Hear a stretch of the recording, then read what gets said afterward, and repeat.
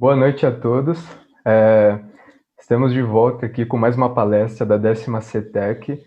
Eu sou Vitor Hugo, faço parte da organização e é um prazer e uma honra enorme estar aqui hoje ao lado do Luiz Henrique Ceotto e da Luciana Delfino para discutir um tema tão importante como esse, que são os desafios e as tecnologias para industrializar a construção civil. Antes de a gente começar a nossa palestra, eu queria lembrar algumas coisas para o pessoal que está acompanhando a gente. Não se esqueçam de checar, tem todos os links disponíveis aqui na legenda do vídeo. A gente tem uma planilha aberta para que vocês coloquem seus dados do LinkedIn, seu nome, seu perfil, para que vocês estabeleçam novas conexões, conheçam novas pessoas. Nós do ambiente universitário, acaba sendo muito importante que a gente tenha essas novas conexões para a gente que está almejando estar no mercado de trabalho daqui a algum tempo, né? Além disso, eu queria reforçar que é bem importante a gente preencher também os forms de feedback, porque além de vocês estarem concorrendo a inúmeros sorteios, que a gente está trazendo um monte de coisa legal de brinde, vocês ajudam a gente a construir uma CETEC cada vez melhor, sempre melhorando nossos eventos e uma quantidade enorme de eventos que a gente tem ainda pela frente. Tem o link do Simpla também para que vocês se inscrevam, vocês estão concorrendo a sorteios também. E tem uma série de eventos legais ainda para vocês conferirem. Então, o link também está aí. E caso vocês tenham quaisquer dúvidas ao longo da live, vocês podem comentar aí no Facebook mesmo, ou vocês podem comentar pelo Slido, que é uma plataforma anônima. Então, caso vocês se sintam mais confortáveis em perguntar de maneira anônima, é só entrar no Slido. O link também está aí embaixo no vídeo. Ou vocês podem usar o QR Code que está disponível no fundo da tela de transmissão. E ao fim da palestra, a gente vai responder algumas perguntas e caso vocês queiram ter um contato mais próximo com os nossos palestrantes, basta vocês irem no link do Zoom que a gente vai estar disponibilizando também ao fim e vocês podem ter essa conversa, tirar as eventuais dúvidas que sobraram. No mais, era isso. Fica um agradecimento especial à Gerdau também, que é a nossa principal patrocinadora, e é uma honra, novamente, é um prazer estar aqui ao lado deles. Muito obrigado, Ceotto, Luciana, e obrigado a vocês que estão participando da palestra também. Espero que todos aproveitem muito e aprendam bastante também.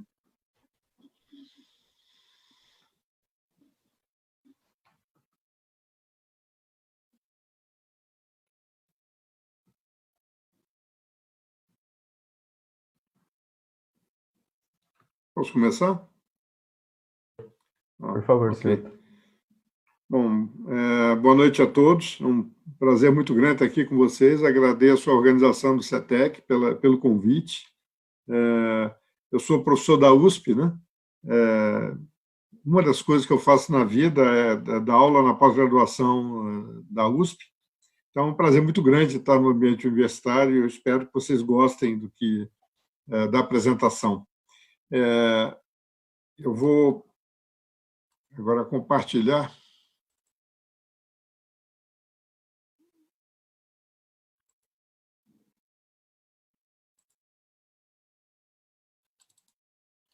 Todos estão vendo?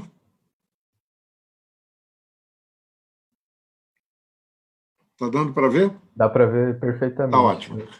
Bom, basicamente a minha vida inteira eu fui executivo de empresa, eu tive duas profissões em paralelo, né? Fui executivo das maiores empresas construtoras e incorporadoras do Brasil, e eu sempre liderei desenvolvimento tecnológico nessas empresas, né? E em paralelo também eu tive uma carreira universitária, né? Dando aula na Federal de São Carlos, na USP São Carlos, e nos últimos 23, 24 anos, eu dou aula na pós-graduação da Escola Politécnica. Bom, eu há 3 anos atrás, mais ou menos, 3 anos atrás, eu decidi encerrar minha carreira de executivo e eu resolvi fazer um curso no MIT, me preparar para o novo ciclo, né? E da minha vida, e eu achei que estava sendo dado um curso bastante intensivo, né, de 2 anos no MIT sobre liderança e inovação, né? E eu resolvi deixar tudo aqui que eu tinha, e eu era o único aluno, né, da chinesada que tinha lá, pessoal da Índia, pessoal dos Estados Unidos, da Europa, né, eram 58 alunos, eu era o único brasileiro, e eu e mais uma pessoa éramos representantes da área de real estate, né, de construção civil e mercado imobiliário, era eu e um sul-africano.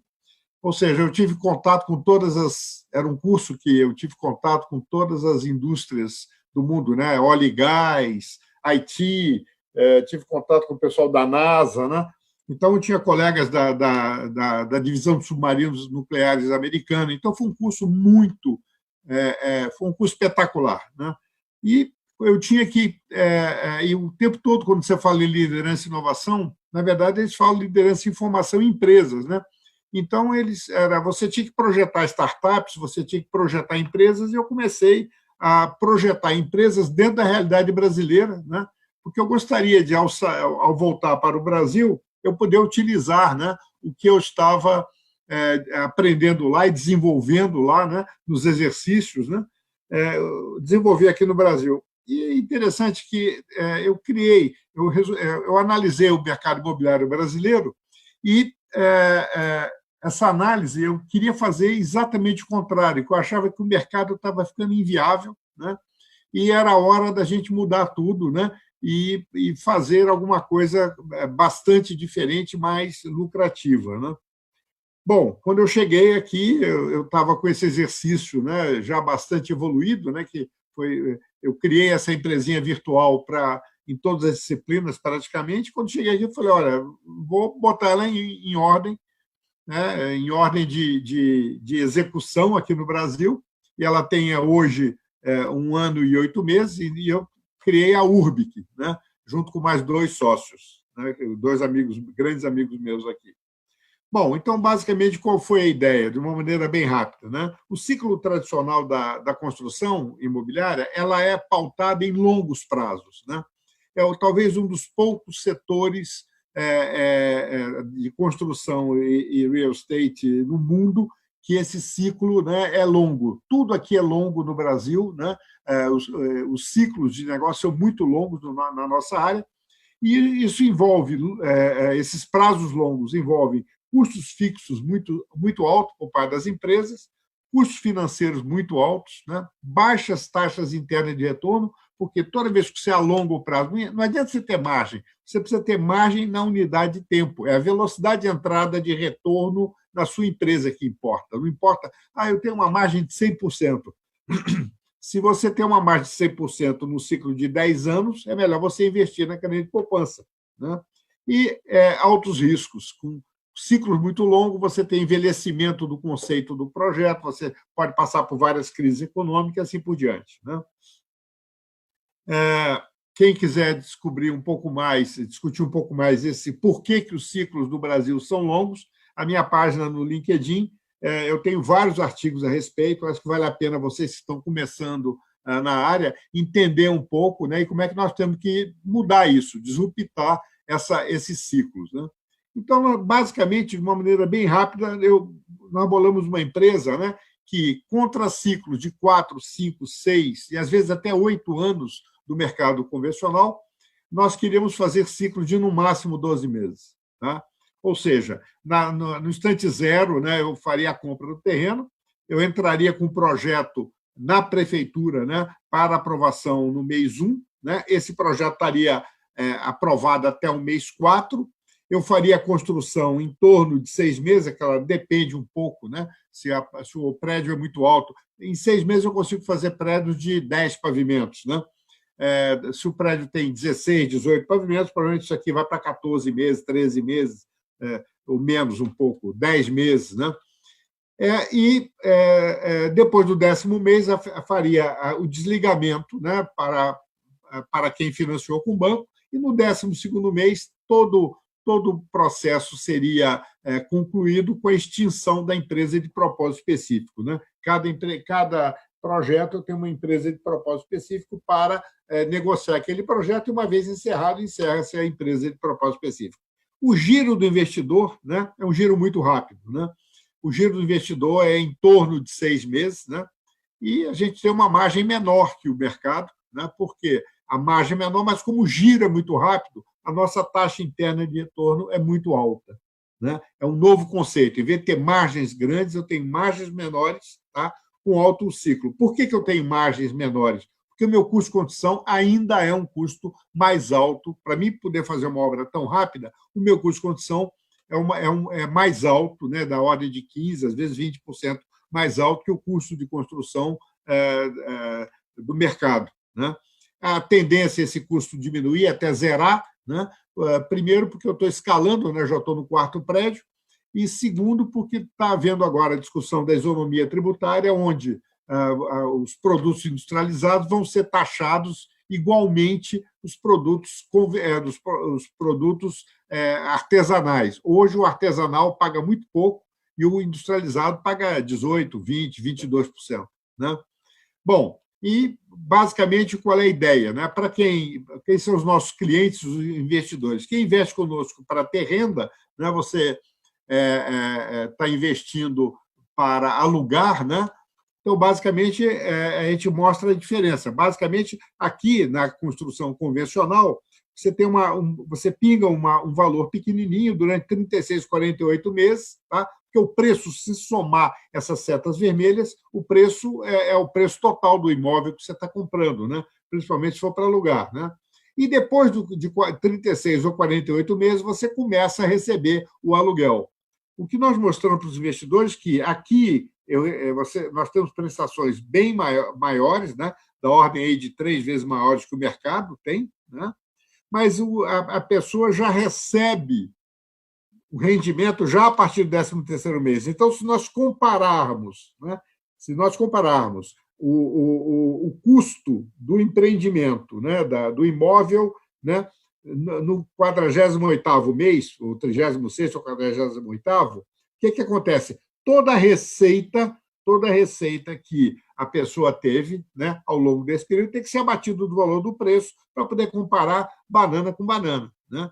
Então, isso eu posso dizer que os empreendimentos que nós geramos estão mais ou menos na ordem de 15% mais baratos, tá certo? Que a partir desse momento todos rendem, vamos dizer, a mesma coisa, né? O preço da concorrência é o mesmo preço nosso, né? Ninguém compra mais caro. Eu não consigo vender mais caro pelo fato do meu apartamento ser totalmente industrializado, né? Então, preço, é local, é especificação, é área e assim por diante. Mas, e como tem uma renda, depois do 12º mês, essa renda abate do valor, sendo que aqui não temos isso, né?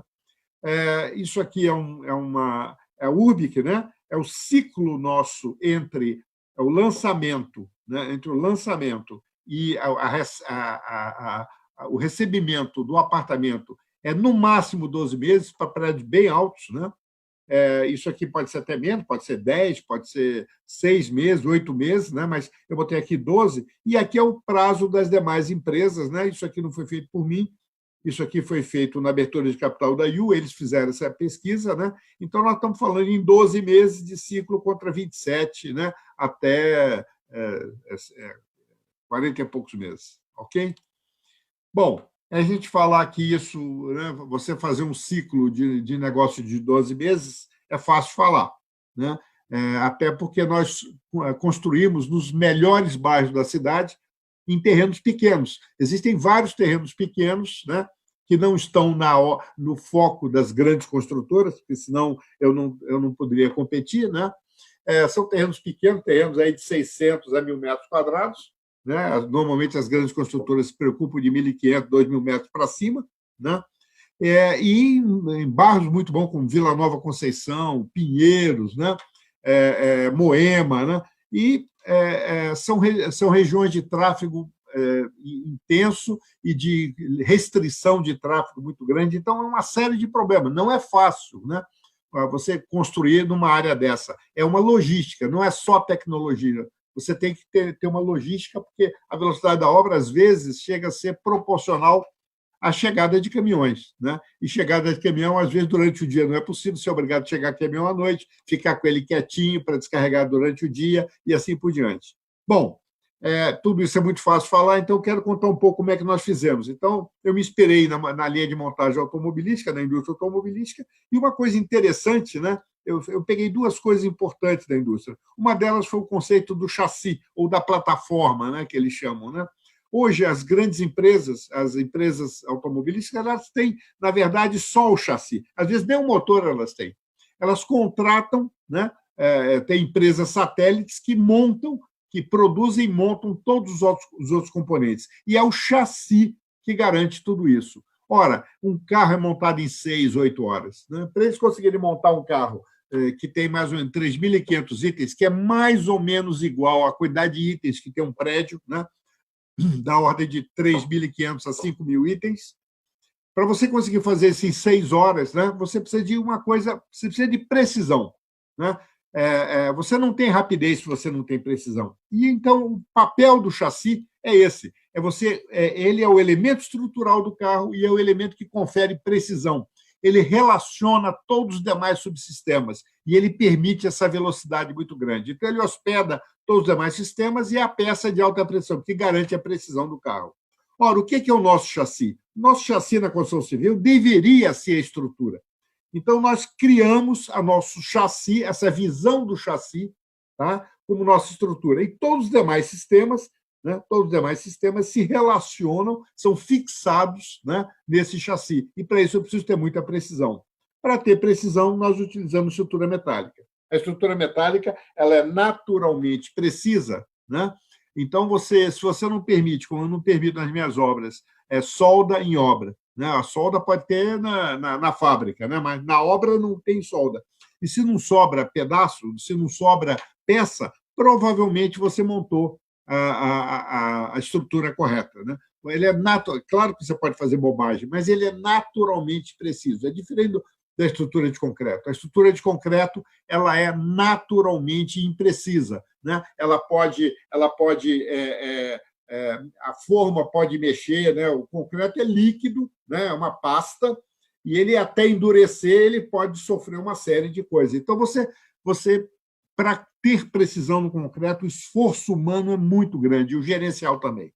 Então, por isso, nós optamos pela estrutura metálica, apesar dela ser bem mais cara, por isso que o meu sistema construtivo é bem mais caro, ela é bem mais cara que a estrutura convencional.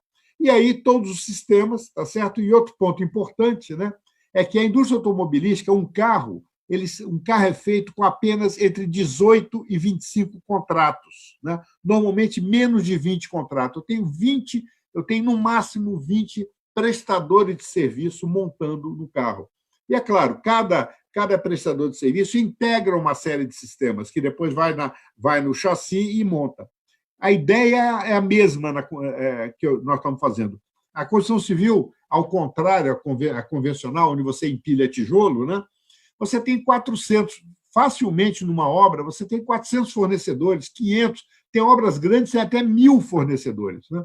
Quando você tem 400, 500 fornecedores, você não consegue nem conversar com eles. Né? É por isso que você não consegue extrair valor da tua cadeia. Né? Você praticamente entrega e fica pisando na garganta dele para ele fazer. Né? Você não consegue nem conversar. Já a indústria automobilística, não. Ele consegue trabalhar os seus fornecedores de tal maneira a que você possa extrair valor deles, participa do projeto e tudo. E a ideia é essa. Eu tive, na minha primeira obra, 35 fornecedores, tá certo? E eu quero agora baixar para as próximas obras, né? As duas primeiras obras eu tive 35, 40 fornecedores, né? Não 400, é um décimo do que o mercado trabalha, mas eu gostaria de chegar a 25 fornecedores já na segunda leva que nós estamos tendo. Né?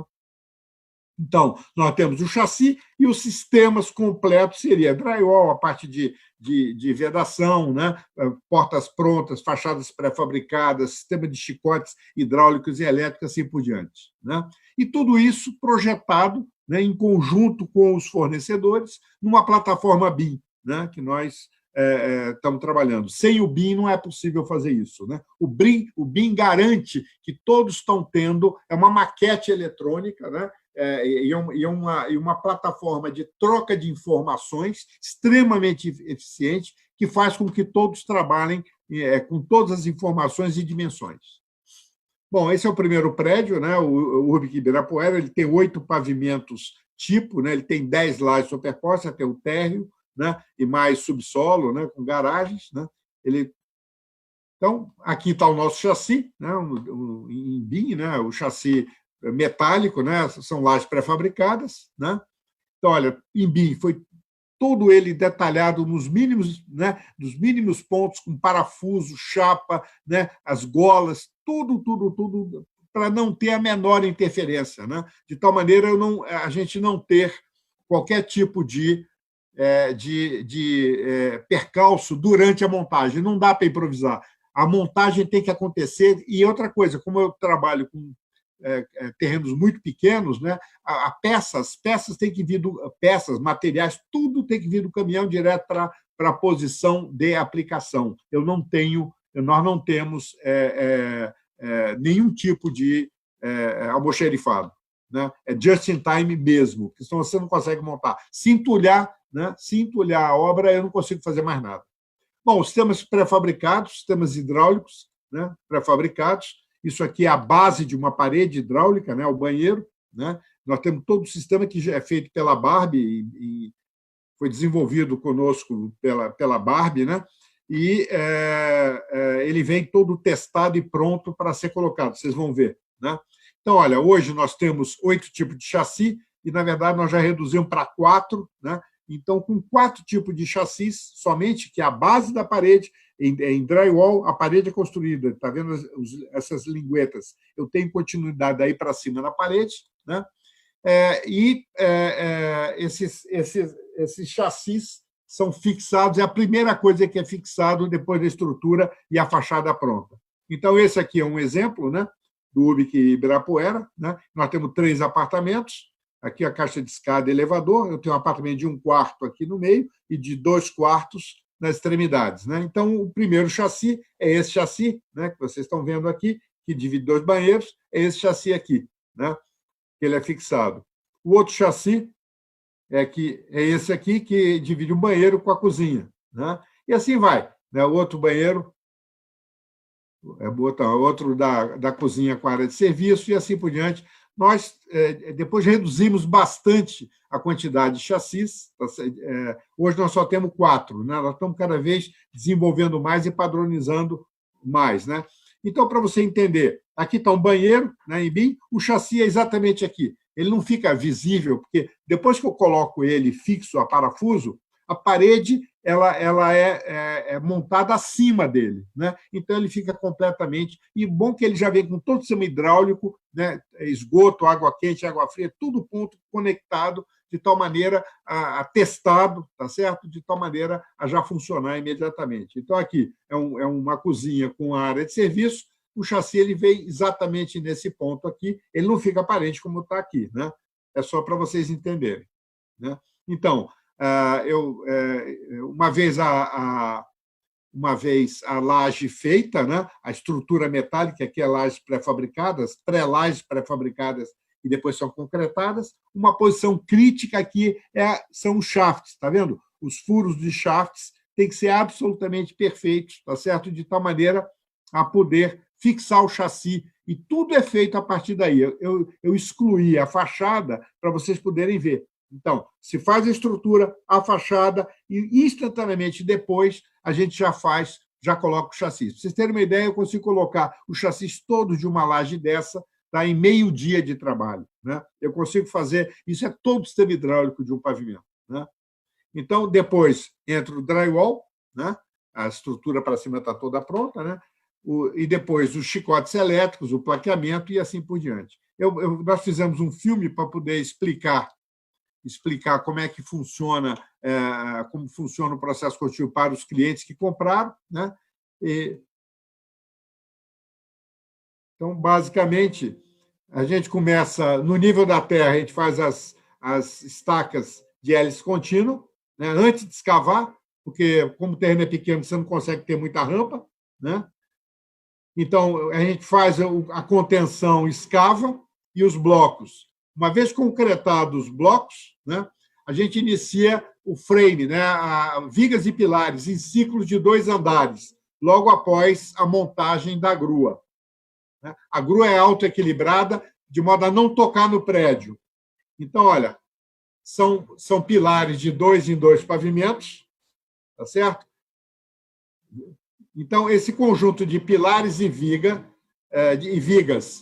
de 2 em 2 pavimentos, a gente faz 2 pavimentos em uma semana. Tá?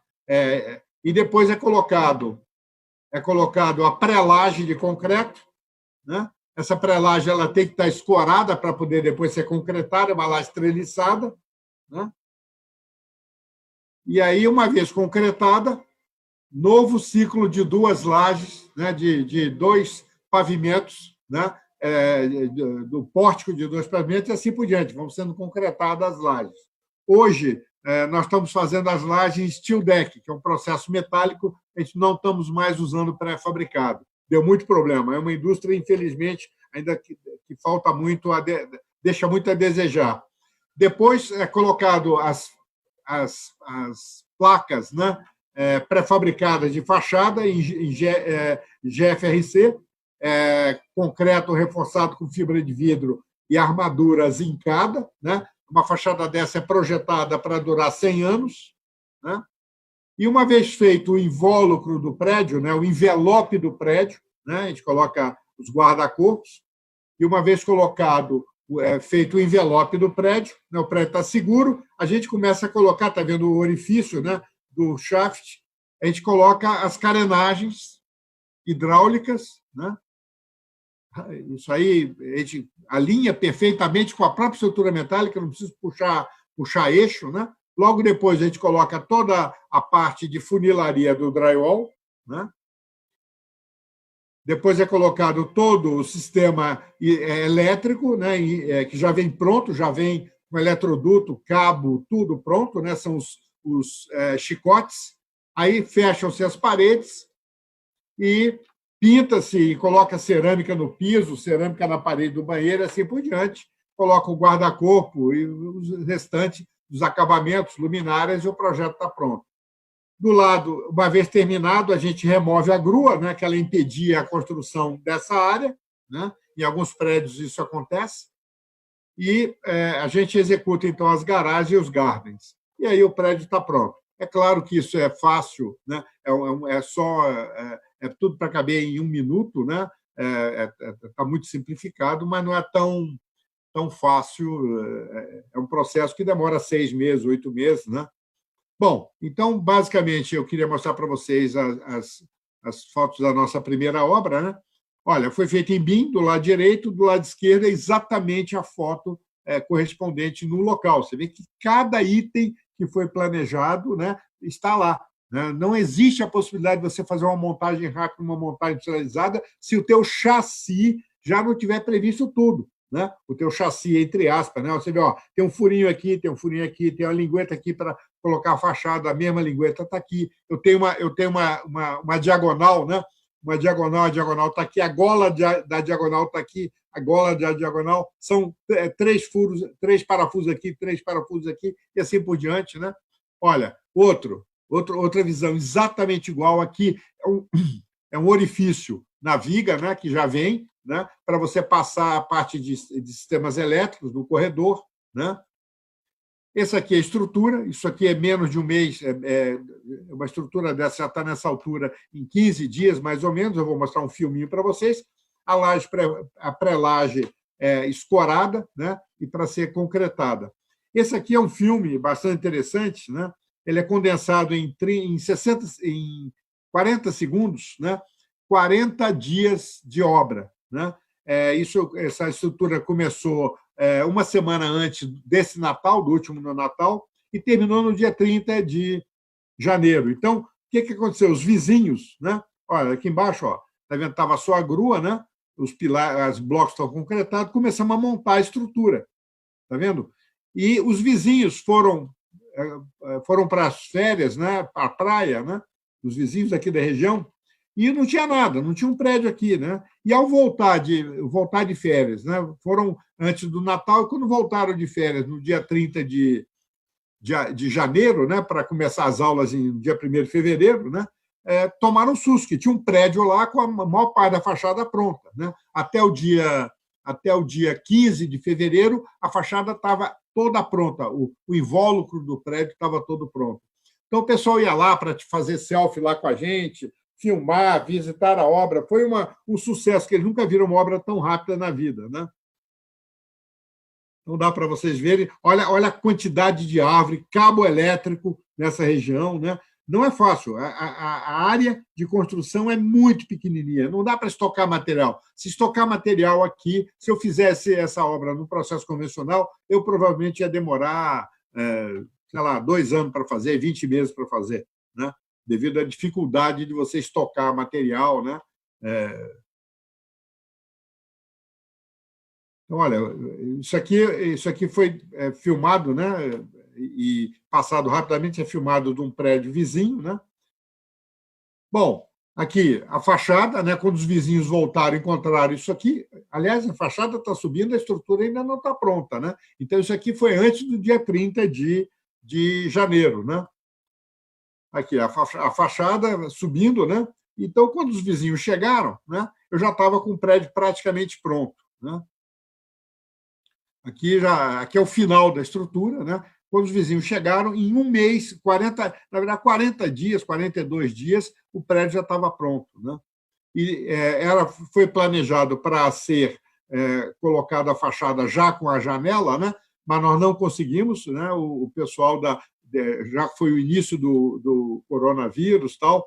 O pessoal não conseguiu entregar, mas nós vimos também que não era problema. E hoje a gente está reavaliando, porque existe risco de quebra, sendo que todas as esquadrias desse prédio foi feita em uma semana, né? Foi instalado em uma semana. Então, o prédio está aqui, ó, praticamente pronto, né? As vedações internas todas em drywall, todo projetado em BIM, né? Nos mínimos detalhes, né? É projetado de modo a não ter nenhum tipo de percalço, né? Nós temos aqui o estilo industrial fashion, então as instalações são aparentes, poderia ser embutido se eu tivesse um forro, né? Mas nós estamos oferecendo isso e foi muito bem aceito. Mas dá para você ver o seguinte, olha, aqui, ó, nesse cinza são os reforços de madeira, né? A diagonal azul está aqui, a diagonal azul da estrutura, né? 4 parafusos, 4 parafusos. Aqui é a viga superior, né? A viga superior aqui, e assim por diante. Cada montante representado, né? Outros aspectos, cada caixinha no lugar certo, porque isso aqui já vem tudo pronto, isso aqui vai totalmente pronto. E agora, a próxima obra, ela já vai vir minutada, já vai vir com interruptor, ou seja, colocou, já tem condição até de funcionar, já vem até testado. Os sistemas hidráulicos, como eu falei, tem os chassis, tá certo? Aqui é uma visão do chassi já posicionado, né? Aqui é o ralo do banheiro, e aqui é o ralo do box, tá? O chassi posicionado, você vê que ele é feito em drywall, placa cimentícia, e o drywall depois ele vem daqui para cima, né? Aqui em BIM e aqui na vida real, né? Aqui é um aspecto da obra, aqui é um chassi embaixo, né? Nós temos também chassis laterais, que é onde você tem um chuveiro, isso aqui já vem tudo pronto, ele é simplesmente conectado no chassi existente, né? A obra é muito limpa, né? E essa obra foi feita, devido ao coronavírus, nós tivemos um atraso de um mês, né? Era para ser, nós estávamos planejando ela fazer totalmente em 8 meses, 7, 8 meses, nós vamos terminar ela em 9 meses, né? Porque os fornecedores tiveram muito problema, né? Teve fornecedores que quebraram, né? E não forneceram, né? Principalmente a parte de pré-moldados, não de fachada, que foi muito bem, estrutura metálica foi muito bem, mas o pessoal de serralheria, né? Guarda-corpo, corrimão, foi um inferno, né? E os próprios pré-fabricados, né? Aí menos, não foi questão do coronavírus, mas porque o estágio do setor é muito fraco, né? Então, a próxima obra que nós já estamos fazendo, daqui do lado, é Thomas Alves, na Vila Mariana, está aqui o prédio. Essa aqui é uma foto do prédio há 3 semanas atrás, hoje a fachada já está no 6º pavimento e a estrutura já terminou, né? E nós vamos terminar essa obra aqui em fevereiro e vamos entregar ela em março, né? Esse aqui é um prédio da Sabiá, que vai começar agora em outubro, né? E aqui é o UBIC Higienópolis, né? Que nós estamos começando, hoje foi a primeira reunião de projeto, nós devemos começar a obra em janeiro. Então, só queria deixar para vocês, né, que eu quis mostrar para vocês como a tecnologia pode agregar, né, como a tecnologia pode agregar valor, né, na tua estratégia de negócio, né? E o problema é menos, mesmo que a tecnologia, toda a minha empresa está baseado na tecnologia, mas a grande questão não é a tecnologia. A tecnologia é até o lado fácil, tá certo? A grande questão é gestão, é gerencial, né? Então, eu quero deixar duas frases do Jim Collins, que é um dos gênios americanos, né? Um dos 30 maiores pensadores, né? Industriais. Foi meu professor no MIT, ele é professor de Stanford também, né? Ele fala que está claro que a tecnologia, né, e suas implicações são itens-chave em nosso inconsciente coletivo. Nós somos sessions. Nós adoramos smartphones, né? Adoramos tecnologia, a gente só fala em tecnologia, né? Mas a mediocridade, né? A falha, né? É fruto, acima de tudo, de falha estratégica, não tecnológica, é falta de gestão, né? A tecnologia ela é muito mais fácil de ser resolvida, né, se tiver uma gestão adequada. Então, pensem na gestão. A gestão é relacionamento humano, é estratégia de planejamento, né? Então, a gestão é muito mais importante que a tecnologia, né? Então, era basicamente isso que eu queria mostrar para vocês e agradeço a paciência.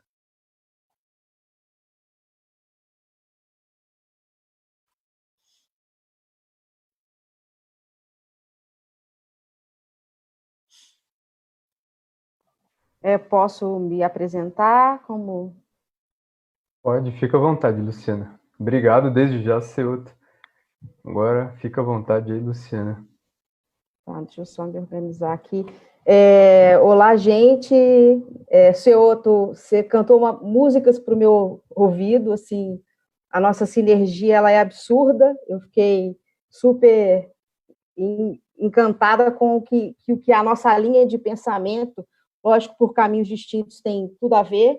Então, e as inspirações são as mesmas, o caminho. Então, se o mestre está dizendo isso, eu acho que a gente está no caminho certo, viu? Então, eu te disse que eu queria ir depois e foi fundamental, porque vai cruzar muito as coisas, né? Bem, gente, eu não sou engenheira, né? Eu sou arquiteta de formação, formada em 2003 pela Federal de Juiz de Fora. Eu sempre fiz muito projeto e obra, também muito ligada a design gráfico, criação de produto, né? Construí muito aqui em São Carlos, né? Eu estou em São Carlos, até o seu outro deu aula para a gente aqui, né? Mas o grande lance é que eu sempre fui muito inconformada com a forma de construir as coisas, a forma de construir, depois quebrar e depois né, montar de novo. Isso sempre foi me indignando. E um belo dia eu resolvi mudar minha carreira inteira e não queria mais fazer o que eu fazia. E a Âmbar estava na mesma cidade que eu me encontro. Então, foi um encontro, né, há 4 anos atrás, e aí começou minha jornada nessa parte de Construtec, nessa nova mentalidade de pensar, né, as coisas. E a gente acabou aqui fundando a área de inovação, né? Foi uma coisa que eu acabei fundando essa área, então estou aqui até hoje, tá? Então, até a minha introdução aqui, minha tela está aparecendo, gente, só porque eu fiz uma confusãozinha aqui, eu estou com 2 telas. Então, acho que a gente tem uma sinergia muito grande, tudo que o seu outro fala, né? A gente está aqui falando de 2 coisas muito sérias na nosso nicho de construção civil, que é o problema de produtividade, né? Uma mão de obra extremamente artesanal, junto com um problema gravíssimo de digitalização, né, que tem tudo a ver com essa junção que o seu outro puxa de gestão, de planejamento, né? Então, esses são os maiores gargalos na nossa visão a respeito do nicho de construção civil, né? Então, a Âmbar está muito conectada a esses 2 pilares, melhorar a produtividade, não só em campo, mas tentar olhar toda a jornada e também digitalizar, usar a digitalização como interface de conectar os elos da construção civil, né? Então, a gente acredita muito nisso, né? Eu trouxe aqui esse mapa que dá até uma certa agonia de ver, mas isso aqui são os clusters do ecossistema da tecnologia de construção civil. Olha como eles são complexos para se conectar. Esse é o grande desafio, certamente, conectá-los entre si, né, e fazê-los funcionar para que tudo chegue no resultado pretendido, né? Esse é um grande exercício. Então, fica muito claro a complexidade do nicho que a gente discute, né? E o quanto a digitalização pode contribuir para isso, né? E aí, nessa história, eu vou contar rapidamente a história da Âmbar, né? Que ali o seu outro falou que ele se inspirou em chassis. A gente também nasce ali em 2013 se inspirando na automotiva mesmo, não a ideia de chassi, mas a gente focou muito fazendo chicote elétrico, né? Que foi o nosso primeiro produto, a nossa primeira tese, né? O Bruno teve essa ideia. A gente foi investido em 2014, criamos ali uma prova de conceito, começamos a validar essa ideia, fomos capilarizando para outros produtos elétricos, hidráulicos, sanitários, fizemos gás, testamos outros produtos tipo infra, fizemos várias teses, né? Em 2017 ali, a gente começa a se consolidar no mercado, que é conseguir os players maiores, MRV, Encamp, Pacaembu como parceiros, para validar os nossos conceitos de produto, né? A gente acaba se consolidando como sistemista, então, né? Como eu disse atrás ali um tempo, o que acabou acontecendo foi que a gente percebeu que a gente precisava integrar outras coisas, né, outras tecnologias na nossa base para que a gente chegasse onde a gente pretende chegar. Nós adquirimos a Polar Componentes, fomos novamente investidos, depois adquirimos a Conas no conceito de um marketplace da construção civil, adquirimos a Controle para fazer uma gestão integrada e digital de todo o processo construtivo, né? Então, hoje nós estamos nessa jornada, nós somos uma empresa já com vários nichos, né? Não só de sistemista, mas de componentes de alta tecnologia, marketplaces, e estamos agora chegando com uma expansão internacional para os Estados Unidos, com uma pequena operação, mas já muito vultosa para validar a nossa tese, tá? Aqui mostra bem, né, o que nós já fizemos hoje até agora, né, onde nós estamos espalhados, e a nossa intenção é realmente transformar, contribuir extremamente com a transformação desse mercado, tá? Como a gente faz isso? Eu diria que a gente tem 2 pontos principais de foco, né? São o que a gente chama de hardware, que são o que a gente constrói para aplicar ali na construção civil, e a outra parte é a parte de software. A gente não consegue morar numa habitação sem ter hardware, sem ter peças, sem ter paredes, sem ter teto, mas a gente sabe que a tecnologia, a digitalização, ela é fundamental. Então, falando de hardware aqui, que é principalmente onde eu atuo hoje na Âmbar, né? A gente produz desde o componente, nós fazemos peças pré-fabricadas de instalações elétricas e hidráulicas sanitárias, e nosso próximo passo, estamos conectados, são os módulos de instalações que vão chegar a ser aplicados na unidade habitacional, com a ideia de just in time, com a ideia de plug and play. Essa é a mesma intenção, né? Então, a nossa ideia é manufaturar, juntar matéria-prima, montar, criar peças, levar para a obra, conectar e tudo funcionar, tá? Então, é a obra sendo um processo de montagem mesmo, exatamente como é o conceito da Urbic do Ceoto, né? O que a gente percebeu cada vez mais é que se a gente não entrasse em outros pontos dessa jornada da construção, a gente teria muita dificuldade de entregar o que a gente pretendia. Então, a gente trouxe para dentro de casa, ali no que a gente chama de design, o BIM, como plataforma de modelagem, de compatibilização e de desenvolvimento de produtos para serem aplicados, né? Trouxemos a Conas ali para ter esse marketplace, para que as construtoras consigam comprar, cotar na nossa plataforma, criando ali um enorme big data, né? Trouxemos também a Controller, que virou o EVA, que é o nosso aplicativo de gestão de todo o processo construtivo. Então, tudo que eu modelei em BIM já entra num planejamento, no cronograma físico-financeiro. Eu consigo organizar e verificar o andamento da obra, inclusive fazer medições nele, tá? Então, a gente começou a capilarizar e integrar toda essa jornada nos pontos que a gente já era capaz de fazer nesse momento, né? Então, o software foi fundamental, né?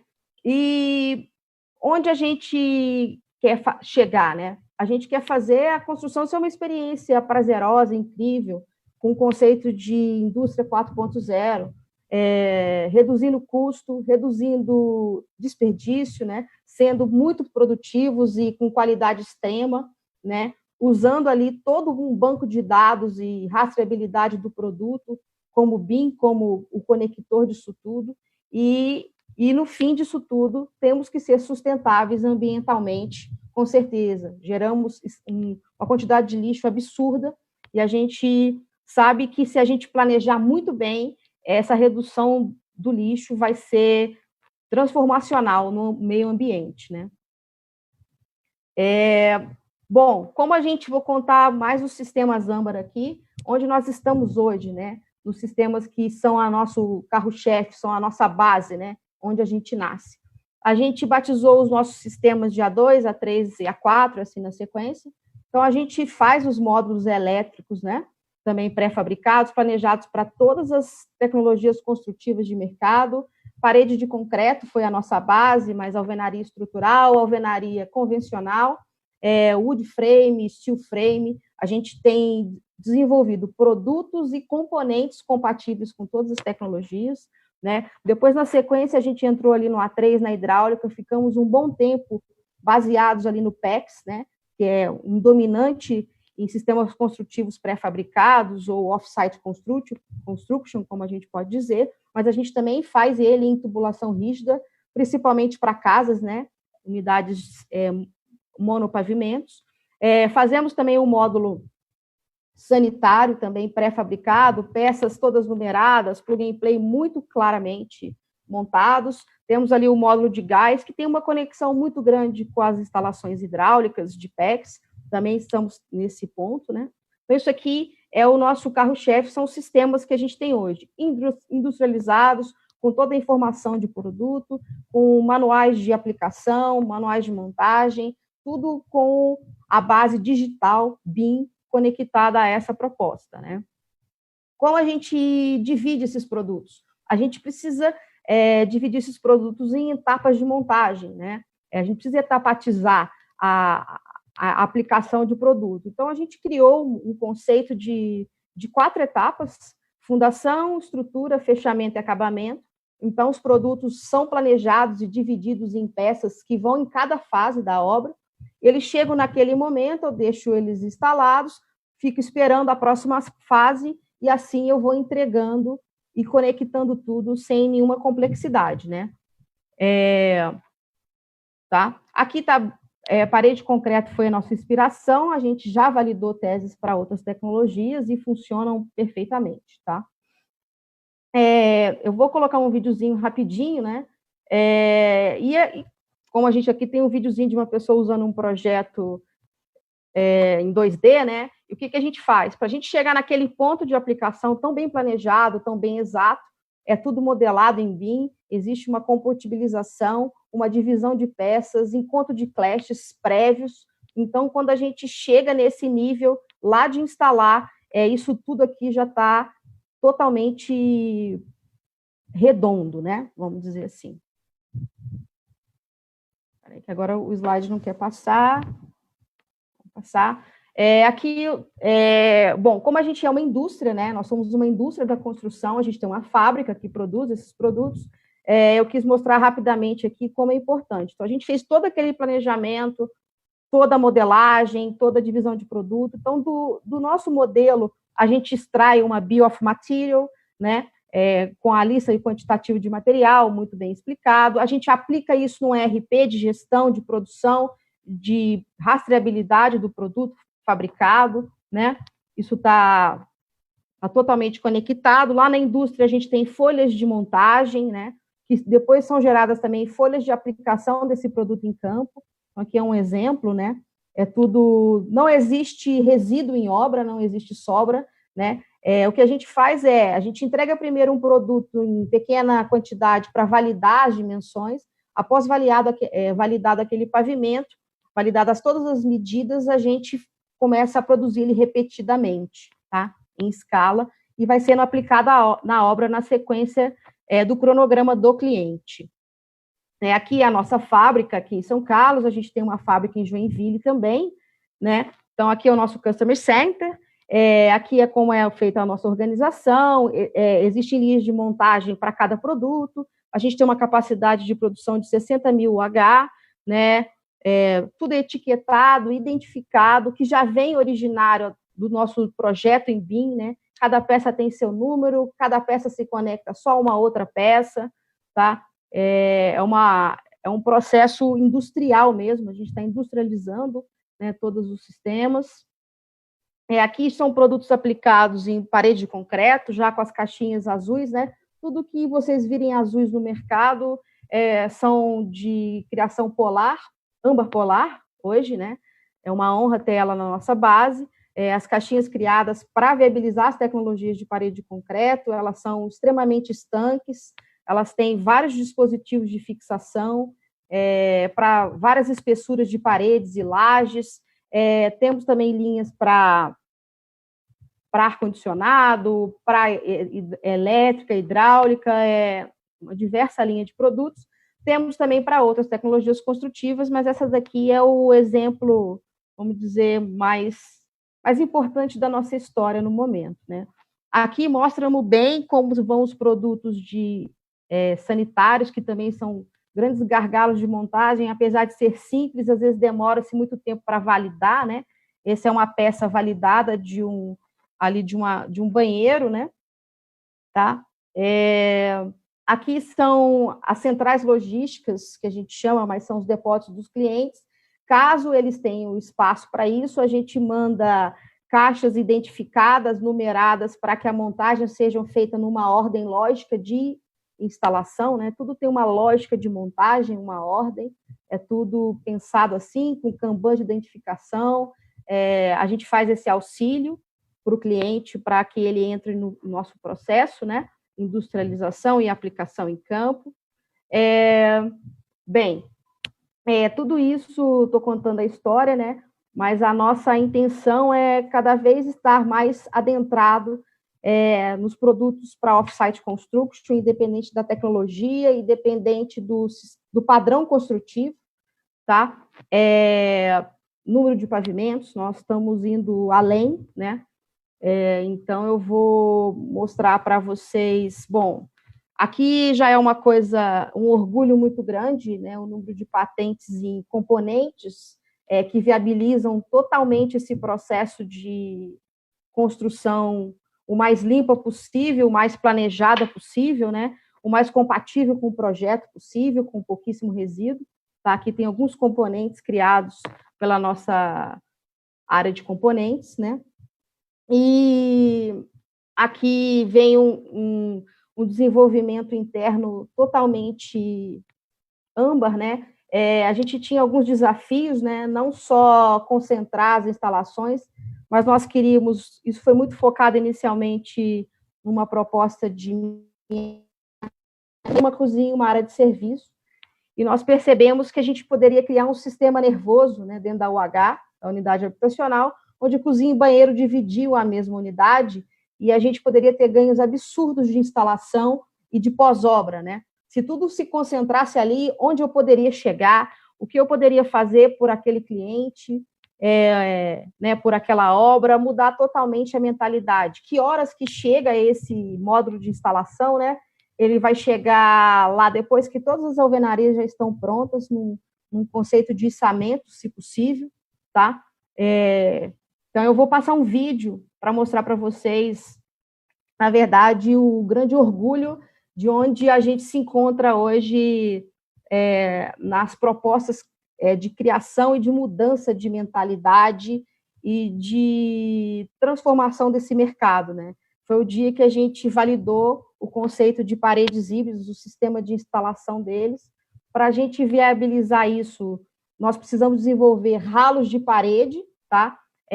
Criar luvas que conectam os sistemas de uma forma vertical, né? Nós conseguimos chegar no nível, nesse processo de produto, que a gente eliminou todos os forros e sancas, 100% da unidade habitacional. né? Eu não tenho mais um ralo no vizinho de baixo, por exemplo. Caso eu tenha um problema no meu sistema, em geral, eu vou resolver dentro da minha própria unidade também. Era um desafio, um desejo, nós conseguimos, né? E como a gente fez esse primeiro produto, né?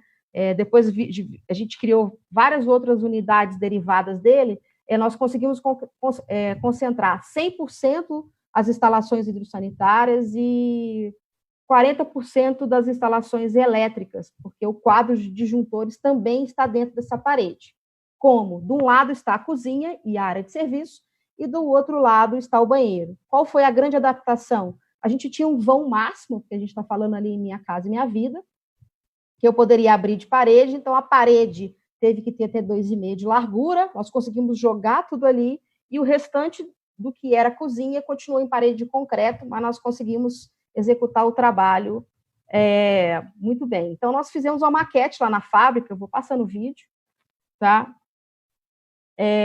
Para poder testar, né, a nossa tese de que tudo se conectava, todas as prumadas se conectavam, que todas as paredes subiam, né? A gente começa de cima para baixo, nesse caso. Caso não seja possível adaptar a estrutura para isso, a gente pode levar paredes just in time, pavimento por pavimento, mas a gente acredita que talvez esse seja o melhor momento para chegar na obra. Esse sistema de içamento também é um desenvolvimento, uma criação âmbar, né, para que o motor ficasse embaixo. Vejam que 2 pessoas só fizeram essa instalação, tá? As paredes ali, no caso, tem 32 a 40 quilos, depende do pavimento. Temos as tipos. A do pavimento terra, ela é um pouco mais pesada, porque a gente externa as prumadas, né, a saída da prumada, e não interferimos ali no radier ou na própria fundação, né? Então,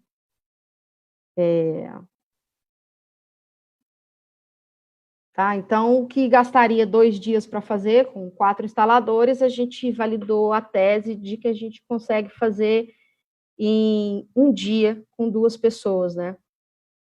Podendo chegar, lógico, a extremos muito maiores de redução de tempo, mas essa é a tese até o momento executada. Vocês estão vendo aqui, a gente fez na fábrica um conceito de lab mesmo, para a gente aplicar e testar as nossas propostas, conceitos, a gente faz na mão mesmo. Então, nós somos práticos, pé no barro mesmo, a gente cria muitas teorias, eu gosto muito de conceituar, mas ao mesmo ponto que a gente conceitua, a gente executa, põe a mão e vê se funciona. Eu sou a primeira a pôr a mão nas coisas, a gente precisa saber se funciona, né? Tá? Ali no caso, no final dessa instalação, a gente precisa tirar o sistema de içamento do último pavimento para encaixar a terra, e num conceito bem master, né, a gente alimenta a energia e a água pela lateral, numa caixa ali de medições, nessa lateral aí, né? Então, é quase uma ideia de ponto a ponto nos sistemas elétricos e hidráulicos dessa unidade, e também sanitários, né? Esse é o conceito extremo que a gente gostaria de trabalhar como base, e aí a gente foi desenvolvendo outros caminhos, assim. O grande orgulho é o ralo, tudo, e funcionou, foi um dia muito feliz de saber que a gente tem lugares assim para testar teorias, tá? É isso, tá? Minha apresentação é essa, e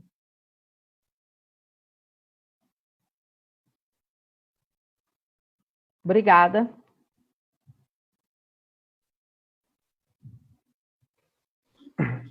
Muito obrigado, Ceuto, Luciana. Foram ótimas as apresentações.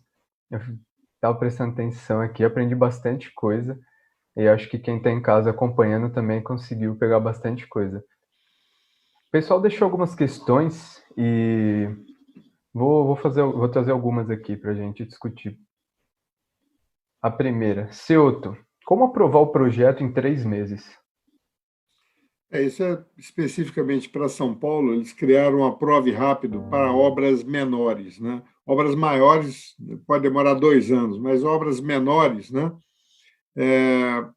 A gente hoje aprova a volumetria do prédio e as questões internas de acessibilidade, dimensões e tudo, é o responsável técnico pela obra, né, ou pelo projeto, que criminalmente se responsabiliza se por acaso tiver alguma coisa aí, fora do normal, né? Então, a gente consegue. Nesse processo, chama Prove Rápido. Meu primeiro prédio eu aprovei em 8 meses, né? O segundo prédio eu aprovei em 4 meses e meio, e o terceiro prédio eu aprovei em 3 meses e meio, né? Então, assim, funciona. É o poder público que está se virando agora, porque antigamente em São Paulo se aprovava prédio em 3, 4, às vezes 10 anos, né? É um absurdo, né? Então, foi feito um trabalho bastante interessante pela prefeitura, junto com o Sinduscom, e hoje é possível. É claro, se você tiver uma árvore, acabou. Assim, as condições de aprove rápido são condições assim, você não pode ter questão ambiental, né? Você não pode ter questão grande de tráfego, você não tem que ir aprovação a CET, quer dizer, tem que ser assim muito simples. Se é muito simples, é muito rápido. Se você complicar e vai para, sei lá, 1 ano, 2 anos. O tempo de aprovar o projeto, eu faço o prédio. Agora, uma pergunta que é pensada, eu acho que é bem relevante essa discussão, que a engenharia civil é bem tradicional. Então, o pessoal perguntou: qual a opinião de vocês sobre métodos de ensino e avaliativos convencionais? Quão relevantes ainda são, visto a evolução da construção civil? Uau.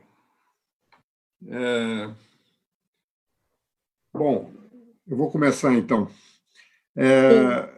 O nosso currículo, né, ele está completamente defasado, o currículo das universidades. A universidade hoje ela simplesmente mal reproduz o empilhamento de tijolo, ela mal reproduz todos os defeitos da construção civil, né? Ela não prepara os nossos futuros engenheiros, né, para atuarem, né?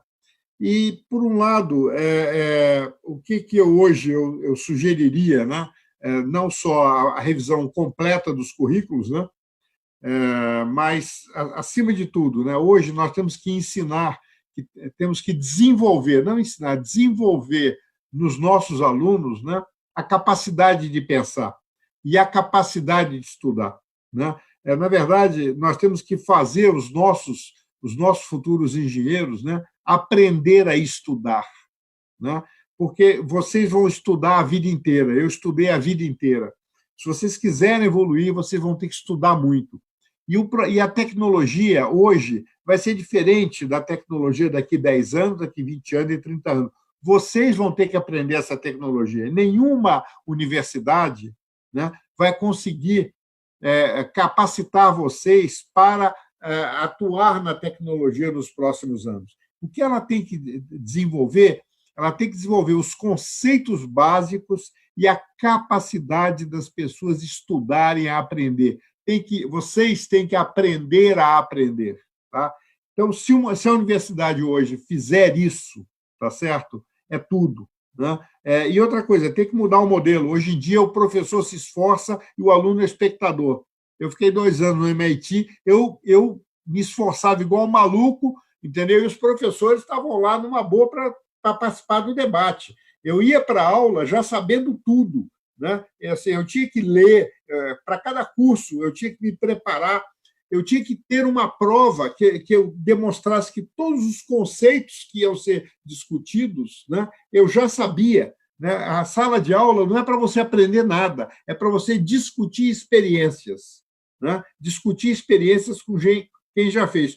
Todos os conceitos foram livres. Então, cada disciplina, eu tinha que ler 3, 4, 5, 6 livros, desenvolver vários trabalhos, eram palestras que eu tinha que pegar na internet, entendeu? E aí eu ia com todos os conceitos, aí eu ia discutir casos, eram cases que eram discutidos, tá certo? e troca de experiência entre profissionais, né? Aqui no Brasil, não. O professor tem que fazer um esforço danado, dando uma aula completamente defasada lá na frente, tentando prender assim, a atenção do aluno, né? E, ao contrário, nós temos que fazer o aluno querer aprender a aprender, ele tem que aprender estudando, e a sala de aula tem que ser um local de troca de experiências, inclusive com o mercado. As suas palavras, eu concordo totalmente, Ceuto. Realmente, a minha geração, por exemplo, de engenheiros, arquitetos, a gente precisou, para eu chegar no nível atualmente de conhecer tantas coisas, a gente estuda muito mesmo. Nós estudamos e nós corremos atrás das coisas que a gente se interessa, né? Com certeza. Às vezes, o que eu diria que a universidade pode fornecer é incluir mais realidade em algumas disciplinas, que eu nem sei qual é a possibilidade disso, né? Eu não leciono, mas incluir cases de sucesso do mercado de trabalho, de Construtec, de off-site construction, para contribuir, porque as pessoas que chegam para a gente, por exemplo, para trabalhar, recém-formadas ou estudantes, elas desconhecem hoje o que a gente está discutindo nesse momento, né?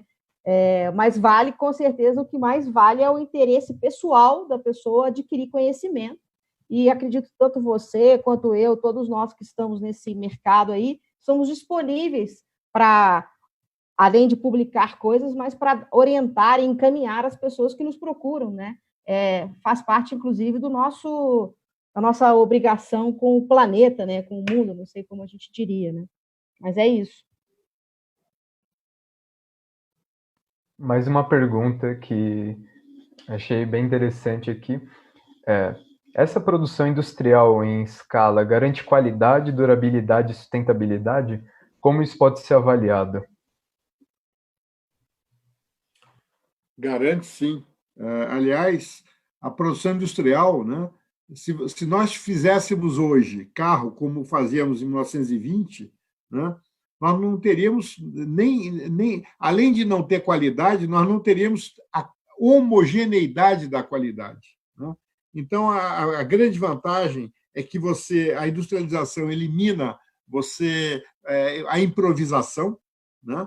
Ela permite você fazer pré-testes, né? Ela permite uma precisão muito grande, então o aspecto final fica muito bom, tá certo? E ela consegue manter uma homogeneidade de tal maneira que os sistemas de prédios diferentes possam se comportar da mesma maneira, tá? Com muito pouca variação, né?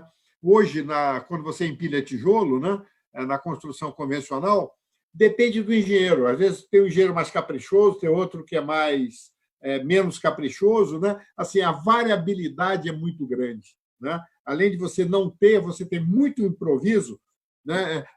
Uma boa parte, né? 20%, às vezes 30% das atividades de obra não foram projetadas. Os projetos nossos atualmente no setor convencional, eles são rudimentares, né? Então, o que acontece? Quando o prédio está pronto, 100% das decisões foram tomadas. Ora, se não foi tomado por engenheiro, foi tomado pelo operário, né? Eu não conheço um prédio que esteja pronto, que 100% das decisões tenham sido tomadas. Ora, se elas não foram projetadas, se não foram projetadas, foi decidido na hora e, às vezes por pessoas que não tinham tanta capacidade, né? Então, assim, às vezes até o próprio engenheiro não tinha capacidade de resolver aquilo, e resolveu, né? Então, assim, eu garanto a vocês que a industrialização introduziu um nível de qualidade no mercado gigantesco, isso em todas as áreas. Nós não teremos aviões, carros com a qualidade que nós temos hoje, tá certo? Se não fosse a industrialização, né? O nível de qualidade, de exatidão, de precisão, uma peça igual a outra, né? Então, isso vale para toda a indústria, né? E vale para a construção civil também. Sim, sim, e junto com isso, né, Ceuto, uma coisa que beneficia muito é o BIM, a compatibilização, o planejamento, a simulação prévia, o fato de, quando chega lá para aplicar o produto, né, o sistema mesmo de instalação, o nível de precisão, ele pode ser absurdo. E quanto mais fases da obra estiverem nesse processo industrializado, igual é o seu, mais preciso e mais exato a gente vai chegar, né? Com toda certeza, assim. Isso é fato, é uma questão de caminho, a gente não vai mais voltar atrás, né? A gente vai industrializar tudo, a gente só não sabe quando vai chegar nesse nível extremo, mas nós vamos industrializar tudo. É inevitável, até mesmo porque a demanda habitacional, só a demanda habitacional é extrema. Ou a gente industrializa ou a gente nunca vai sair do lugar também, né?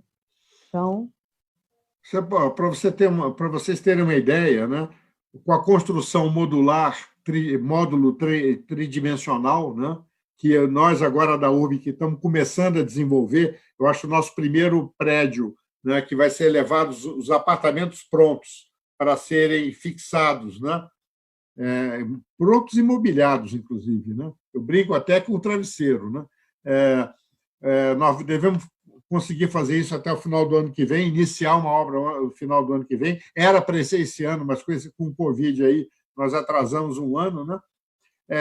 Mas hoje, 20% de todo o mercado imobiliário da costa oeste americana são apartamentos feitos na China, né? Aliás, hoje em dia, nem mais na China são feitos. Eles são feitos no navio entre a China e o Brasil. O Brasil não, e os Estados Unidos. Então, os navios são navios fábricas de módulos tridimensionais.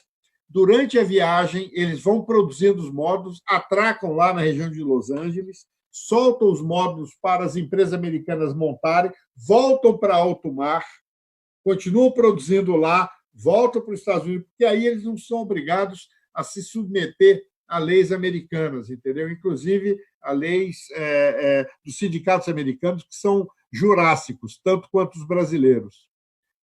Então, hoje em dia, você vê o seguinte, o Hotel Marriott, lá de Nova York, ele foi feito na Polônia, né? Os módulos, ele foi montado em 3 meses, né, em Nova York, e todo ele veio pronto da Polônia, inclusive mobiliado, e tem 28 pavimentos, né?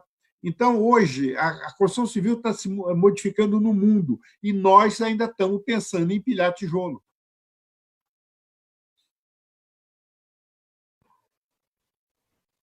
Realmente. E uma pergunta que mandaram para você, Luciana. A Luciana mostrou a ideia de canteiro no último vídeo, posicionando módulos e peças da construção. Como a Âmbar leva essa tecnologia para construções mais altas?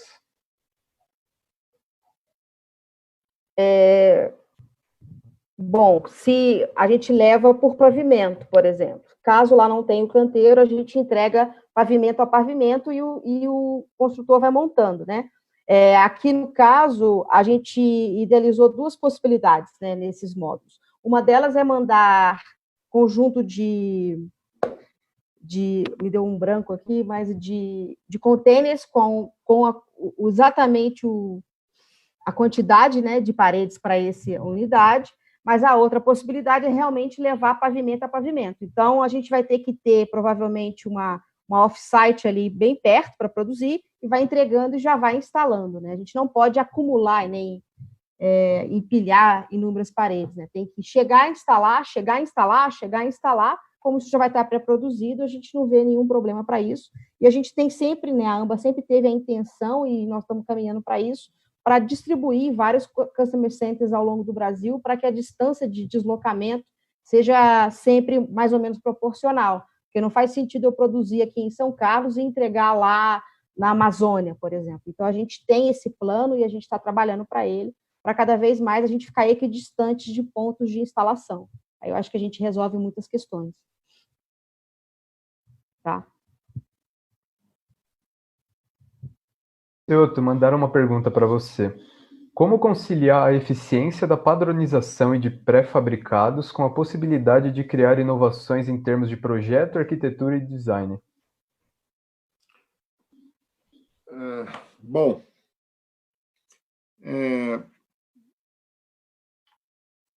eu, nas minhas obras, né, eu verifiquei, eu fiz bastante estudos, né? e eu verifiquei o seguinte, eu peguei todos os banheiros que eu já tinha feito na minha vida, e olha que eu fiz prédio para diabo, eu devo ter feito mais de, assim, sob minha coordenação como diretor, mais de 1.000 prédios, né, na minha vida. Se você pegar, e eu sugiro vocês fazerem isso, se vocês pegarem todos os banheiros que vocês conhecem, não deve ter, vocês vão agrupar esse banheiro em 3 tipos, né? E a diferença entre eles não vai ser superior a 10 centímetros, mais ou menos 10 centímetros. Tá? Então, assim, a primeira coisa que eu fiz como as minhas obras são apartamentos menores, né? Não é micro apartamento, eu fiz apartamento de 90 metros quadrados, de 2 quartos, é um bom apartamento. Nós vamos fazer agora apartamento de 120, mas todos os banheiros são iguais. Eu tenho 2 tipos de banheiro e todos os banheiros são iguais. Por quê? Eu posso aumentar a largura se eu quiser, mas a minha parede hidráulica é a mesma. E, na verdade, não é a parede hidráulica, né? É a base da parede hidráulica. Nós resolvemos esse problema. A AMBA ela está mais ou menos, ela se especializou muito em Minha Casa Minha Vida, né? Pelo que eu pude ver. Então, eles optaram por fazer a parede hidráulica. Como meus prédios são de muitas alturas, são 16, pode ir até 20 pavimentos, né? O que eu fiz? Eu fiz a base da parede, porque em vez de eu fazer o plano vertical, eu fiz o plano horizontal. Eu tenho simplesmente algumas tubulações no shaft, né? Com o plano horizontal, a parede em cima dessa base, desse chassi, é igual a qualquer outra, não tem tubo, não tem nada. É uma parede, como eu uso drywall também, né? É uma parede de drywall comum, como qualquer outra. Para baixo ela é hidráulica. Então ela entra no elevador, né? Eu não preciso ela é leve, 20 e poucos quilos, né? Então, assim, nós resolvemos dessa maneira. Agora, se não houver uma padronização, né? Se cada um resolver botar o ponto de chuveiro na altura que quiser, se cada um quiser botar a distância entre o vaso sanitário e o chuveiro, né? O box do chuveiro e assim por diante, aí não é impossível, tá? Aí nós vamos ter que fazer um projeto para cada projeto, né? E é diferente. Quando você quer industrializar muito, você, quando vai comprar um carro, você não fala, mas eu queria o pé direito do carro, né? A altura da cabine do carro mais alta. Não, você vai comprar outro carro, caramba. Você pode mudar a cor, né?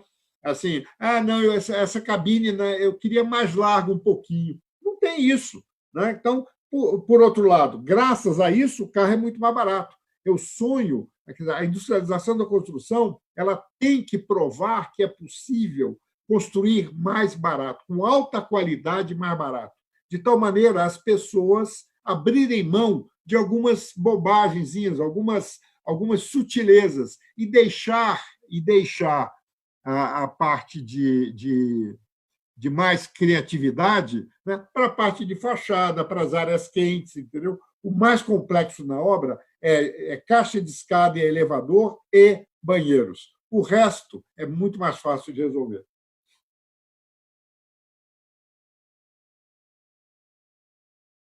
Banheiro, área de serviço, né? Áreas úmidas, né? Banheiro, cozinha e área de serviço. E uma última pergunta antes de a gente encerrar a nossa transmissão pelo Facebook.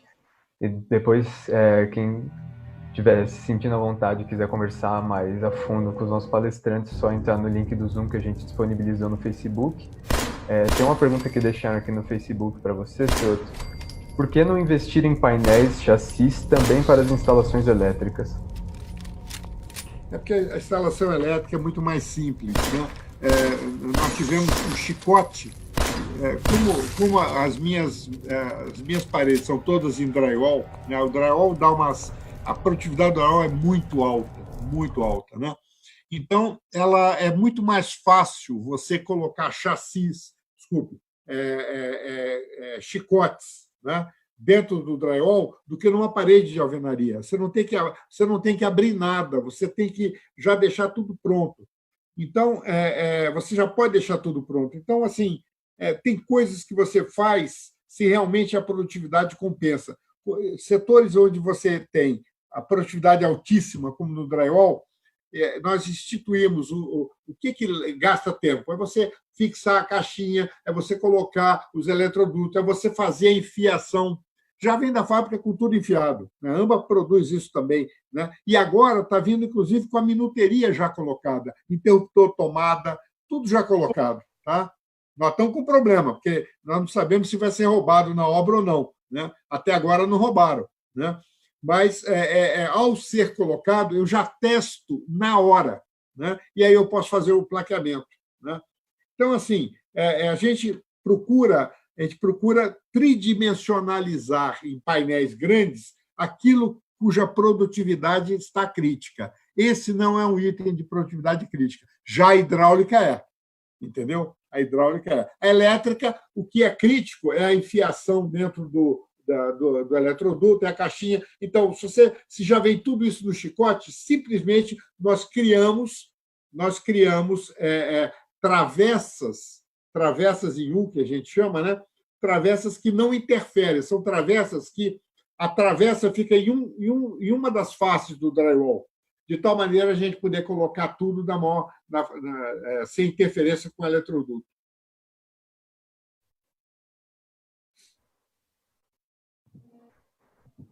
Bom, vocês estão acompanhando a palestra aí pelo Facebook. Vocês estão mais do que convidados a continuar aqui, a entrar no link do Zoom que a gente está disponibilizando. Queria mais uma vez agradecer ao Ceoto e à Luciana pela aula, pela palestra incrível que eles deram aqui. Foi muito legal, espero que todos tenham aproveitado aí. Acho que deu para aprender muita coisa sobre esse assunto que ainda caminha a passos curtos aqui no Brasil, né? E queria reforçar mais uma vez, por favor, que vocês respondam nossos formas de feedback, vocês ajudam a gente a fazer uma CETEC ainda melhor, vocês concorrem ao sorteio dos brindes, inscrevam-se também nos próximos eventos, que a gente tem muita coisa legal ainda para rolar, e é isso. Espero que todos tenham gostado, muito obrigado pela presença, fiquem todos bem, e até mais, até o próximo evento da CETEC. Até logo. Obrigada.